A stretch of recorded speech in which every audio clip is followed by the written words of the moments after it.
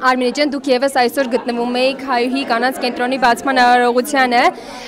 եւ մեծ հետաքրքիր է նաեւ ձեր կարծիքը որպես կին գործարար եւ նաեւ բլոգեր, ինչ որ չափով նաեւ կայացած կին մեր հասարակության մեջ, ինչպիսի տպավորություններ ունեք եւ ինչքանով է կարեւորում այս նախաձեռնությունը մեր հասարակությունում։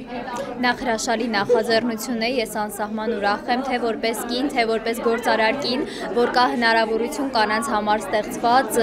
որը թույլ է տալիս կանանց սովորել անվճար հիմունքներով տարբեր ոլորտներում կրթություն ունենալ։ Ինձ թվում է սրա կարիքը մենք ունեինք, որովհետև այս նախաձեռնությունը հնարավորություն է տալու կանանց